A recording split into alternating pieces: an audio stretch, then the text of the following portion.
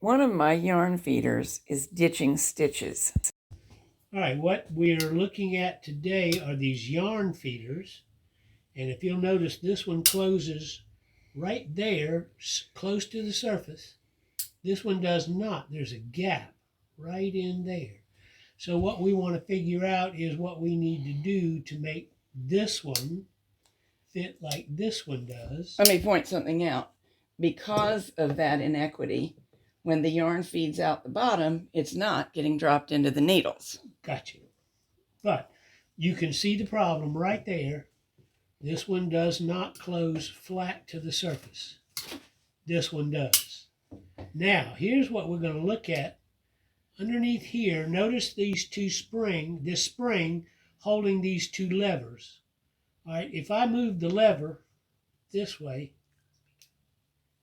it releases my yarn holder. There it is. Turn it loose. Turn it loose. There you go. See how that works? It goes in that hole, and then this retains it and also keeps it locked either this way or this way. So we move this lever over, and that drops it off. So we get this one out. It's not the problem. This one is the problem.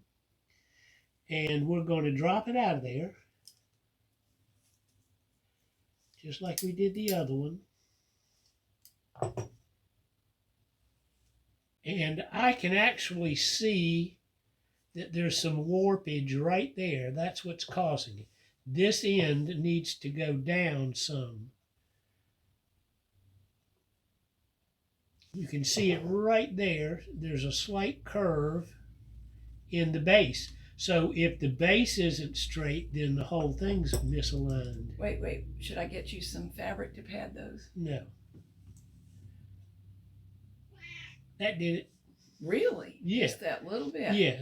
All you do is use your adjustable wrench where you can lever it against, see, you don't want to disturb this post and you don't want to disturb this lock. You just want to bend this portion right in here. So I was holding it and then I just used that to lever, but let's see how I did. I always prefer to do these things a little bit at a time rather than all at once.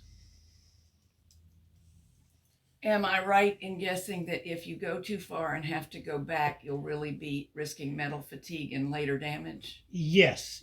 You only want to do just enough to get the job done. And there we are. We're right where we need to be. That should do it.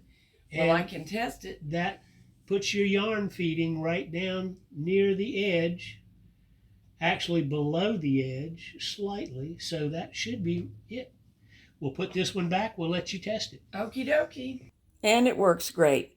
I was able to make a Fair Isle sample for my Hat Challenge series. You can see that in another movie and make one yourself.